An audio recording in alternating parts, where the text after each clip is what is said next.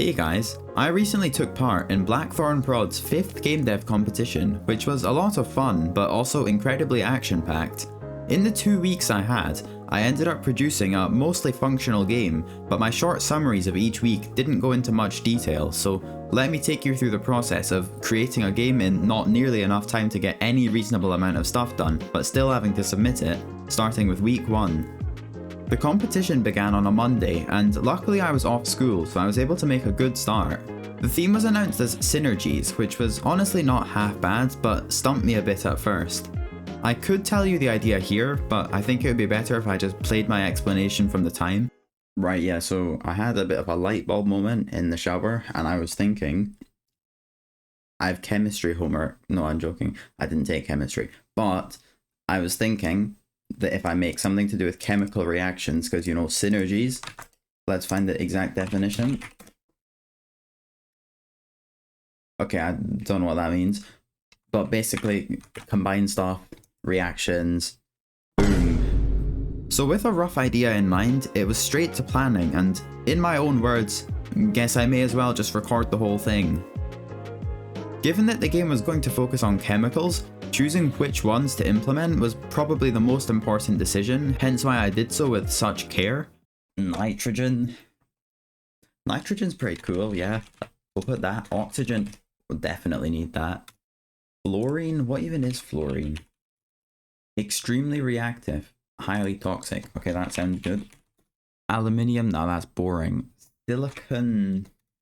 I reckon yes, you have all the crystals and you have like CPUs. I don't know how that's gonna work.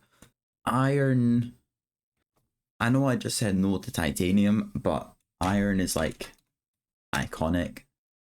Yeah, so maybe my thought process was a bit random, but after a bit of modification, I ended up with these 16 elements and then came up with a few reactions that would be fairly easy to implement. I should probably explain the premise of the game though, although it has ended up changing a lot since then. I present to you Chemical Combat, a roguelike where you run around a science lab shooting zombies using a gun which is infused with one element and bullets which are infused with another. On hit or on kill, these elements react, causing explosions and stuff, and you just keep on fighting aimlessly until you die. Not exactly exciting, but given that I needed something to submit in less than 6 days, keeping it simple was the only option. Now on to the actual development. I began with the art, of course going for pixel art because it's what I'm most familiar with, so the first step was to create a nice palette, which I ended up ignoring. Regardless, I figured the environment would be the most important thing to get done, so I spent way too long trying to get a somewhat decent looking tile set, but the end result was actually quite good. Much the same story applied to the player, who was looking a bit deranged for a while, but altogether I'd say that everything turned out quite well. I quickly implemented some player movement, sliding, and the shooting was just a bit of simple maths. As fun as it is to run around though, enemies would definitely make everything a bit more interesting, so I brainstormed for about 2 seconds before deciding to copy paste the player, make him green and call it a zombie. I did a bit of research into Unity's nav mesh and got that all set up so that the enemies were able to avoid this furniture which I added. Ideally I could have implemented more complex enemy AI, but running straight at the player was good enough for week 1. The game was still slightly lacking in pretty much every aspect though, so I went on to design a basic player UI. When I say basic, I literally mean a health bar and nothing else, but the workbench menu was a bit more effort. This was where you'd combine the elements and it would tell you if a reaction occurred. Only issue, there were no reactions, so I went about implementing the easiest ones that I planned out earlier. Explosions just deal damage in a large radius, and making a system for the damage over times didn't take too long either. Visually though, I wanted the player to see what elements they had chosen, so I wrote a shader to replace the colours in the bullets and the gun, and while I was at it, figured I should add a bit of polish.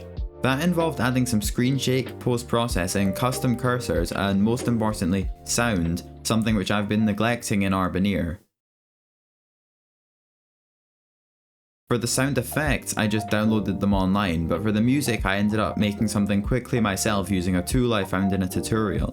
It wasn't the most powerful software, but it did the trick, and given that I only had a few hours left until submission, I'm fairly happy with how quickly I was able to make something.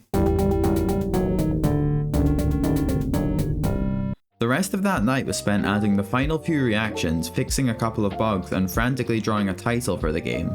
Once that was all ready and sent off, I had to go edit a short video as well, so it was definitely a demanding week, but it's incredible how much can be done in such a short time span.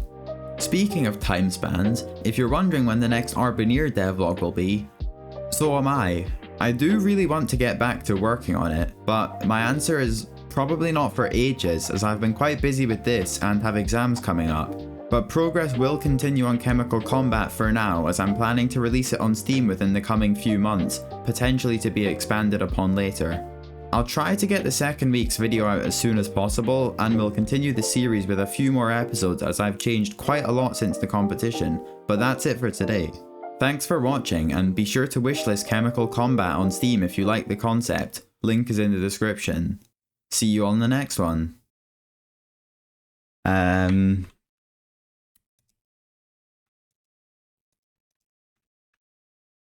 This is meant to happen.